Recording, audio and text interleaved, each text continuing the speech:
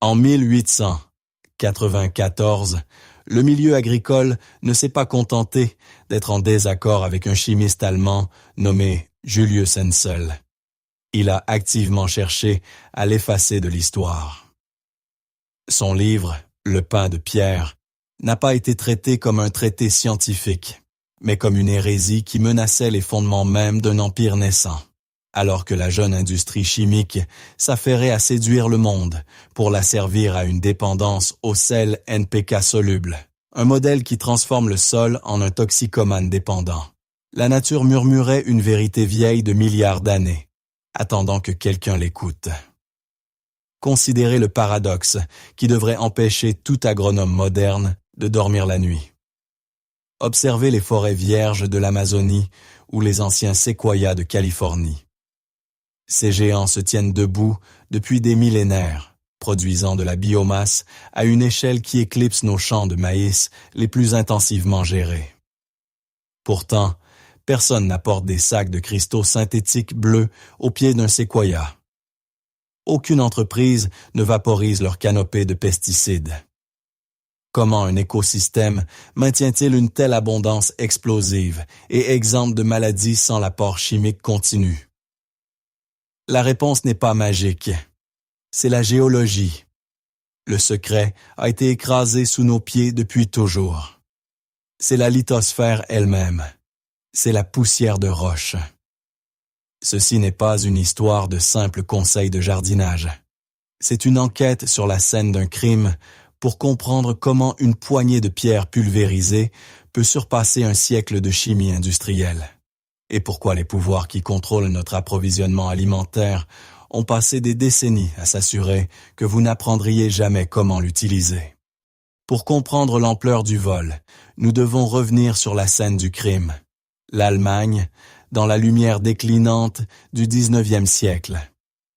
La révolution industrielle était à son apogée, et l'humanité était enivrée par l'idée que nous pouvions déjouer la nature par la synthèse. Dans les lieux sacrés de l'Académie, Justus von Liebig était couronné père de l'engrais. Il avait réussi à réduire la complexité infinie de la biologie du sol à une triade grossière et réductionniste. Azote, phosphore et potassium. Cette théorie, NPK, était l'évangile qui lança le complexe agrochimique moderne. Elle promettait que nous pourrions contourner les lents processus géologiques de la Terre et forcer l'alimentation des plantes avec des sels solubles pour une croissance rapide. C'était une proposition séduisante, mais elle était bâtie sur une erreur physiologique fondamentale. Entrée, Julius Hensel, l'anomalie dans l'ensemble de données que l'establishment a tenté de supprimer. Hensel n'était pas seulement un anticonformiste.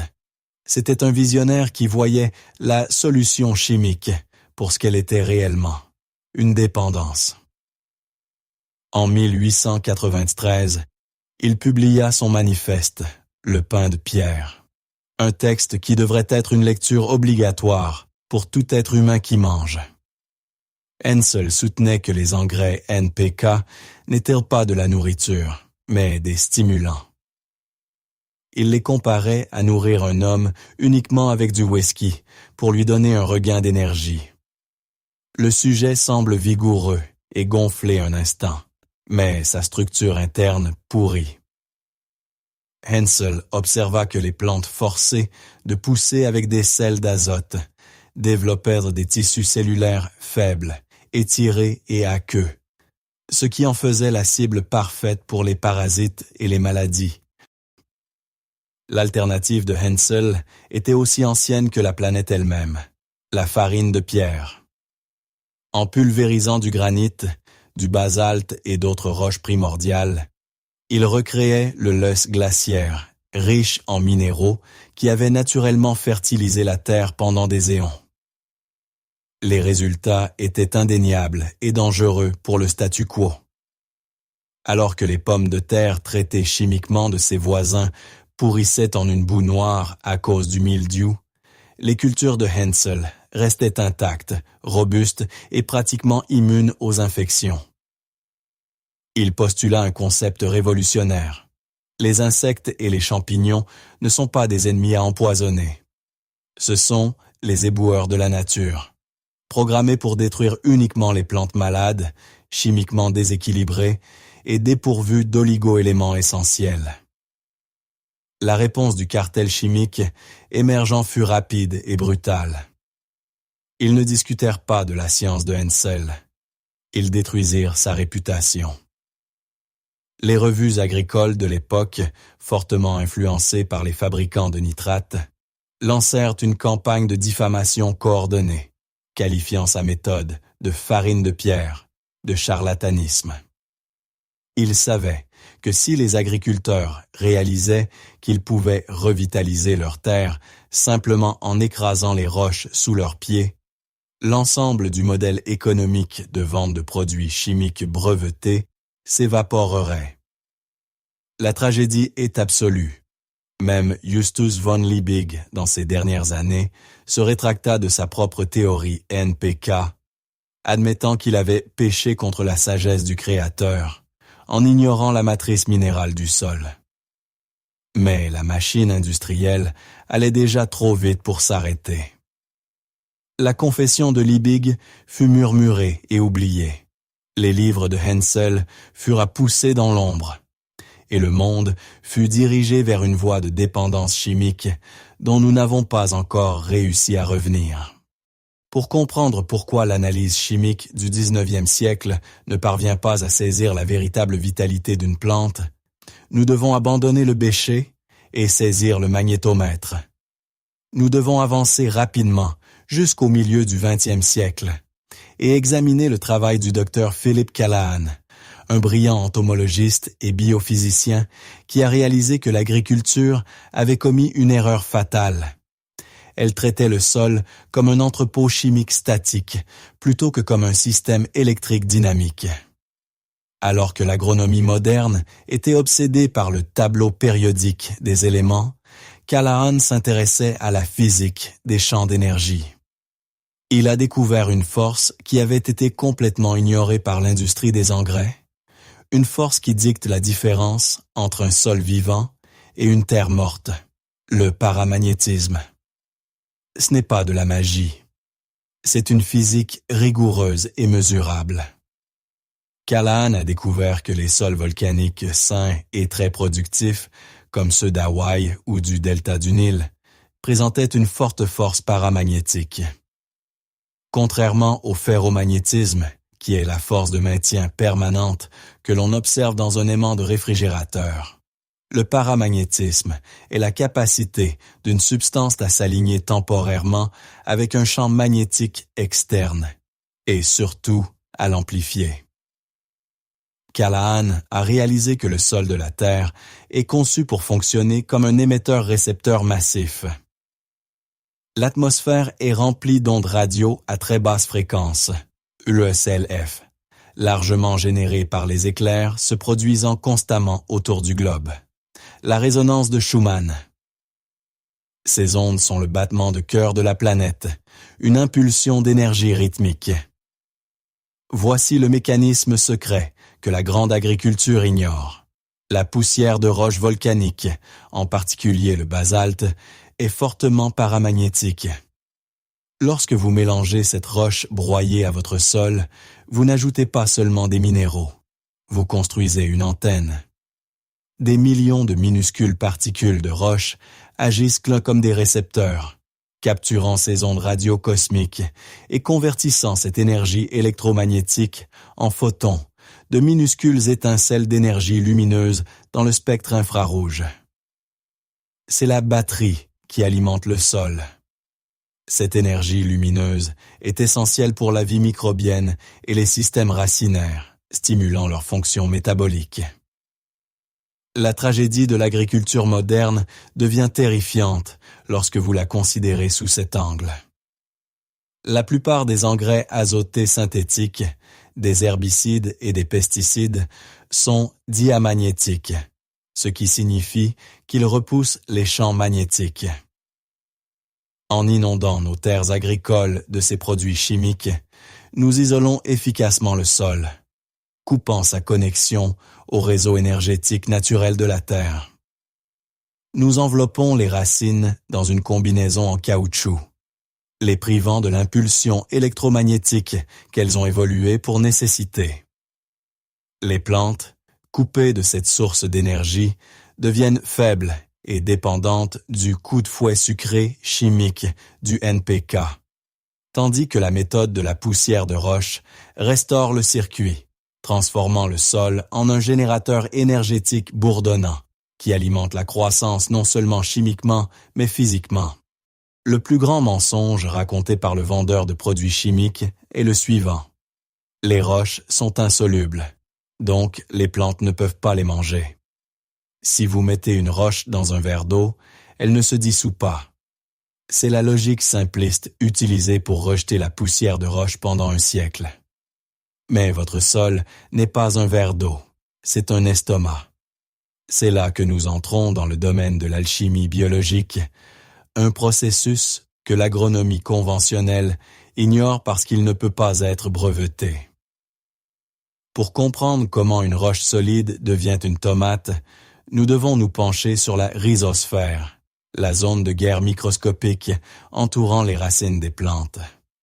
Les racines ne sont pas des pailles passives aspirant du liquide, ce sont des mineurs agressifs.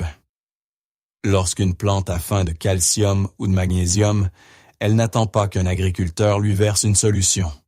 Elle exude des acides organiques faibles, acides citriques, maliques et carboniques, directement de ses extrémités racinaires. Ces acides lavent les particules microscopiques de poussière de roche, brisant les fortes liaisons chimiques et libérant les minéraux sous forme liquide exactement quand la plante en a besoin. C'est le système de livraison juste à temps de la nature. Mais la plante ne travaille pas seule. C'est là que le complexe argilo-humique devient le concept le plus important dans votre jardin. Imaginez les particules de poussière de roche comme une vaste place boursière. La surface de ces particules de poussière, une fois altérée par les acides racinaires et la digestion microbienne, devient chargée négativement. Les ions nutritifs, comme le calcium, le potassium et le magnésium, sont chargés positivement. Ils s'accrochent à la roche et à la matière organique comme des copeaux de fer à un aimant. Cela crée une énorme réserve de nutriments qui ne s'infiltrent pas avec la pluie, contrairement aux engrais synthétiques qui se lessivent immédiatement dans les eaux souterraines. Lorsque la racine de la plante s'approche de ce complexe, elle effectue un brillant échange d'ions. Elle libère un seul ion hydrogène, H+, un proton, dans le sol. Ce proton déloge un cation nutritif, disons un ion potassium, K+, de la particule de roche et prend sa place. La plante échange littéralement une partie de sa propre énergie résiduelle contre un élément constitutif minéral. C'est la transmutation biologique de la pierre en vie. Avec le NPK soluble, vous forcez l'alimentation de la plante, contournant cette intelligence, la faisant gonfler et s'affaiblir. Avec la poussière de roche, vous garnissez le garde-manger. La plante décide quoi manger et quand le manger. C'est la différence entre une perfusion intraveineuse hospitalière et un repas gastronomique. Si les théories de Hensel et Callahan vous semblent relever de la science-fiction, sortons du laboratoire et allons dans la boue. La preuve n'est pas hypothétique. Elle pousse dans le sol en ce moment même, défiant toutes les conventions de l'agronomie moderne. Nous nous tournons vers les hautes terres balayées par le vent d'Écosse, un endroit où le sol est notoirement pauvre, acide et peu profond. Ici, au SEER Cintre, Cameron et Moira Thompson ont mené une expérience de plusieurs décennies qui aurait dû faire la une des journaux du monde entier. Sur des terres classées, impropres à la culture, ils n'ont pas ajouté un seul gramme de NPK chimique. Au lieu de cela, ils ont appliqué de la poussière de roche glaciaire. Les résultats n'étaient pas seulement des améliorations, c'étaient des anomalies. Les Thompson ont signalé une augmentation des rendements de légumes de 300% à 400%.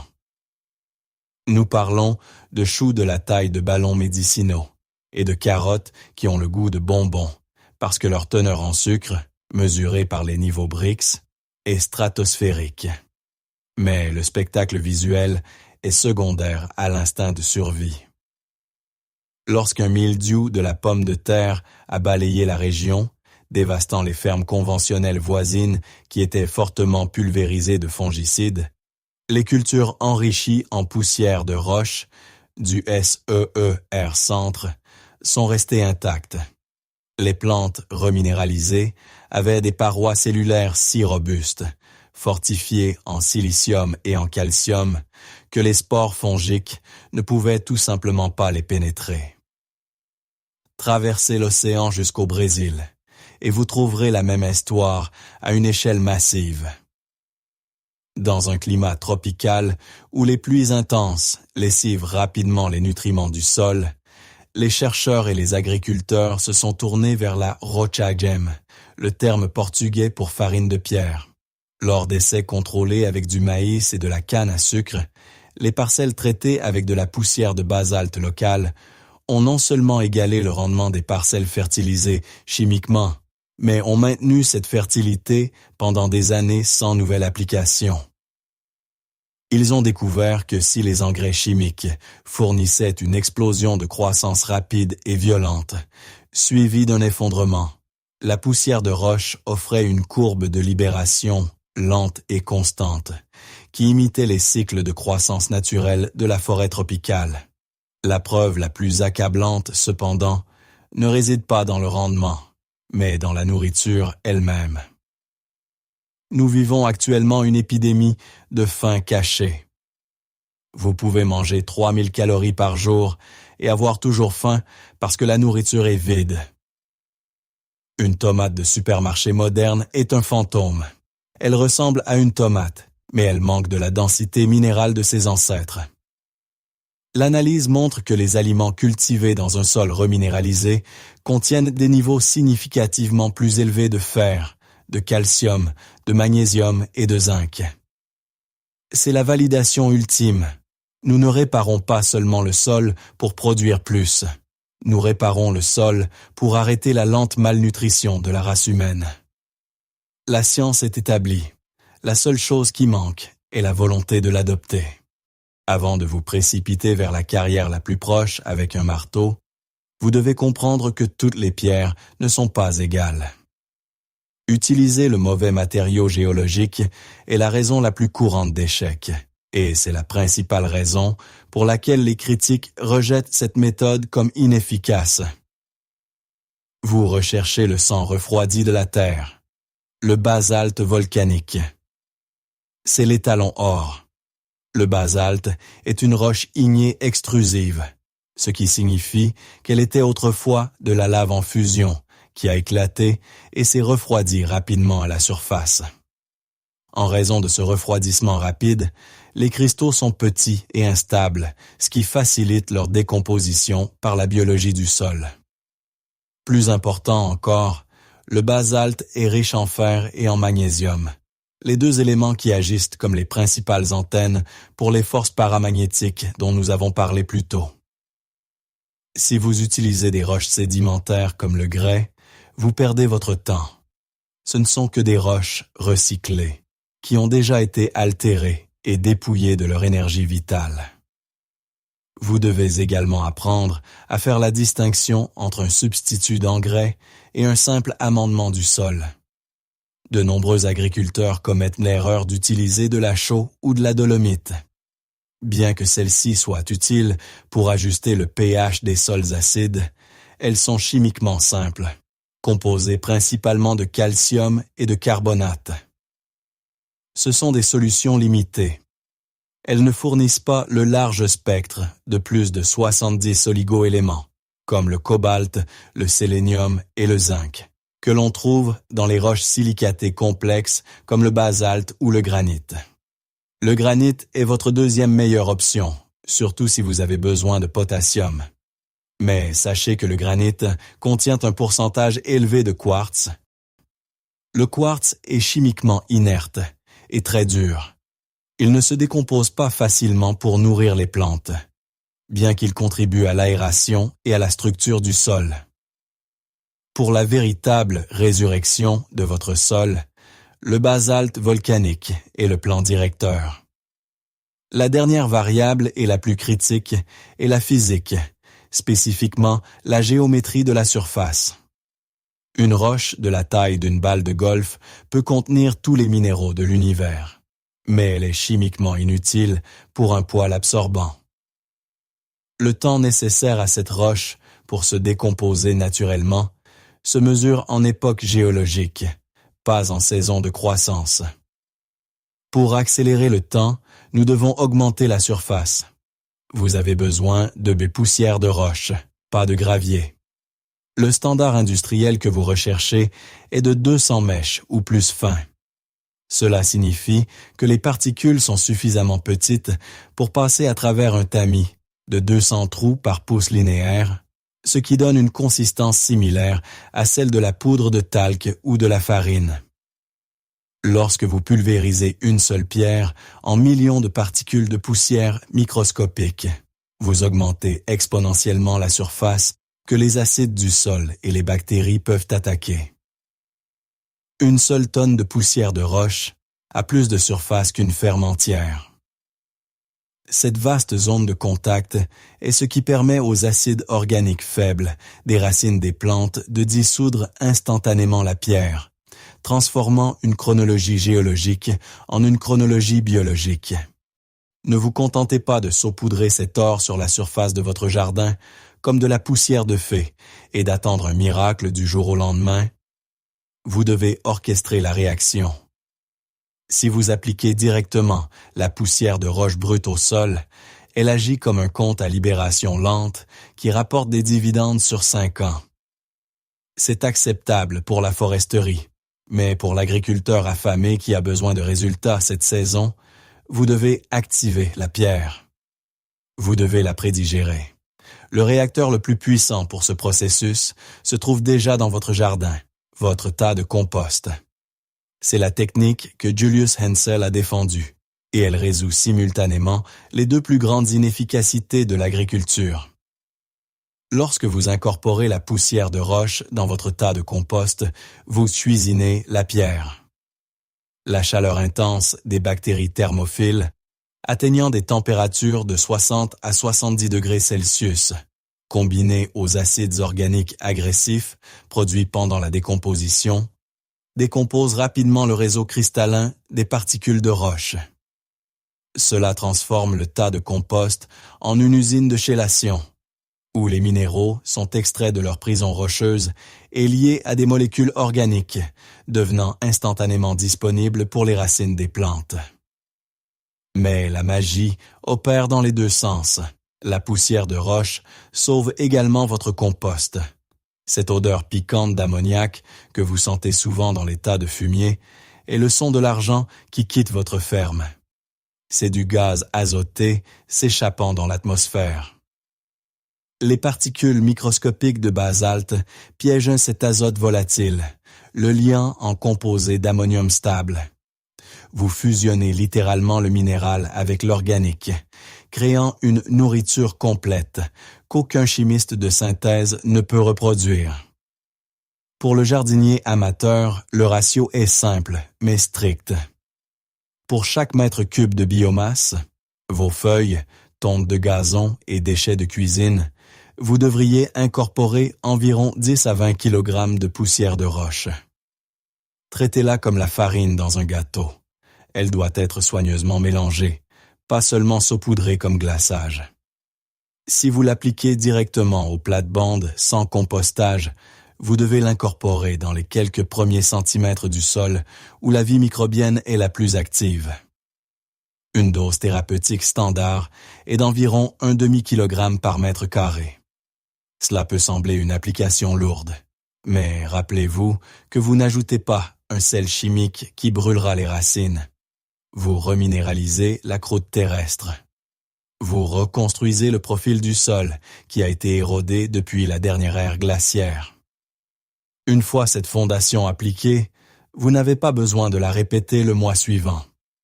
Vous avez chargé la batterie et elle fonctionnera pendant des années. Nous sommes arrivés à la question la plus inconfortable de cette enquête. Si la science est solide, si la physique est mesurable et si les résultats sont supérieurs, pourquoi cette méthode n'est-elle pas la norme mondiale? Pourquoi les universités agricoles, financées par des dotations d'entreprises, enseignent-elles encore l'évangile du NPK?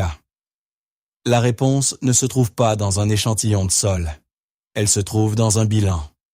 La poussière de roche représente un échec catastrophique pour le modèle commercial de l'agriculture industrielle moderne. C'est une menace existentielle pour une industrie qui repose sur l'obsolescence programmée de votre sol. Considérez l'économie du statu quo. L'industrie des engrais chimiques fonctionne sur un modèle d'abonnement. C'est le « sol en tant que service ». Vous êtes tenu d'acheter leurs sels solubles chaque saison, parce qu'ils sont solubles dans l'eau et s'en vont avec la première forte pluie. Si vous arrêtez de payer, votre sol s'effondre et vos rendements disparaissent. C'est un cycle parfait de dépendance. Comparez cela maintenant à la géologie de la farine de pierre. Une seule application lourde de poussière de basalte reste active dans le sol pendant 3 à 5 ans. Elle ne s'évapore pas. Elle devient une partie de la structure du sol, libérant les nutriments lentement à mesure que les plantes les demandent. Pour une entreprise, un client qui achète un produit une fois tous les 5 ans est un client mort. Cette efficacité est mauvaise pour les affaires. Mais la menace va plus loin que la simple vente d'engrais. Le véritable centre de profit de la grande agriculture ne réside pas dans la culture des plantes, mais dans la destruction des choses. Le marché des pesticides et des herbicides est un empire de plusieurs milliards de dollars, construit entièrement sur la faiblesse des cultures forcées chimiquement. Rappelez-vous la vérité biologique que nous avons établie. Les insectes et les maladies sont les prédateurs naturels des faibles. Ils attaquent les plantes qui ont des acides aminés libres et des sucres déséquilibrés causés par un surdosage d'azote. Lorsque vous reminéralisez le sol avec de la poussière de roche, vous créez des plantes avec des niveaux Brix élevés et des protéines complexes qui sont littéralement indigestes pour la plupart des insectes. Une plante saine et minéralisée n'a pas besoin d'une combinaison de produits dangereux pour survivre. C'est le scénario cauchemardesque pour les géants de l'agrochimie. Si les agriculteurs adoptent la poussière de roche, non seulement ils cessent d'acheter des engrais, ils cessent d'acheter des pesticides, des fongicides et des herbicides. L'intégralité des revenus s'effondre. Vous ne pouvez pas breveter une roche. Vous ne pouvez pas protéger par droit d'auteur la croûte terrestre. Le basalte est la roche la plus courante à la surface de la planète. Il est disponible dans presque tous les pays, bon marché, abondant et non brevetable. Il n'y a pas de propriété intellectuelle dans un tas de poussière de pierre. Par conséquent, il n'y a pas de budget marketing pour le promouvoir. Pas de lobbyiste pour le défendre à Washington et pas de subvention pour l'étudier dans les universités. Le silence entourant cette technologie n'est pas une absence de preuves, c'est un silence acheté. L'industrie a réussi à convaincre le monde que la seule façon de nourrir la population est d'empoisonner la planète, tandis que le remède reste ignoré dans la carrière d'à côté. Nous avons maintenant atteint la fin du dossier, et il vous reste une décision qui s'étend bien au-delà des limites de votre jardin. Il ne s'agit pas simplement de savoir quel sac d'engrais acheter. C'est un choix philosophique fondamental concernant votre relation avec le monde vivant. Vous êtes à un carrefour entre deux réalités opposées. D'un côté se trouve le chemin de la révolution verte, un terme impropre pour un système d'esclavage chimique qui traite le sol comme un patient stérile, sous assistance respiratoire, maintenu en vie uniquement par l'égouttement intraveineux, constant et coûteux de fluides synthétiques. Ce chemin promet la commodité et l'uniformité. Mais le prix est une perte d'autonomie, une dégradation de la santé et une dette permanente envers le complexe industriel qui détient le brevet sur votre approvisionnement alimentaire. De l'autre côté se trouve le chemin des pionniers oubliés. Hensel, Callahan et les Thompson. C'est le chemin du temps géologique et de la souveraineté biologique. Cette route est plus difficile à trouver car il n'y a pas de panneau publicitaire pour l'annoncer, mais elle mène à une vraie liberté. En choisissant de reminéraliser votre terre avec de la poussière de roche, vous ne faites pas que jardiner. Vous vous engagez dans un acte de rébellion pacifique. Vous déclarez que vous n'avez pas besoin de leurs cristaux bleus ou de leur pulvérisation empoisonnée. Vous restaurez l'ancien contrat entre la lithosphère et la biosphère, faisant confiance aux milliards d'années d'évolution qui ont transformé la roche nue en jardin d'Éden bien avant qu'un laboratoire n'existe. La question ultime n'est pas de savoir si la poussière de roche fonctionne. La physique et les forêts y ont déjà répondu. La question est de savoir si vous avez le courage de vous éloigner de la commodité de la bouteille et d'accomplir le lourd travail de la nature. La prochaine fois que vous tiendrez une poignée de poussière grise et insignifiante, réalisez que vous tenez l'histoire condensée de la planète. Elle contient l'étincelle de vie en attente d'un catalyseur. Ne laissez pas cette connaissance mourir à nouveau dans les archives. Allez à la carrière. Prenez les pierres. Donnez à votre sol le repas dont il a été privé. Et goûtez la différence entre un produit de l'industrie et un fruit de la terre. La révolution commence dans votre jardin, et elle commence avec une pierre.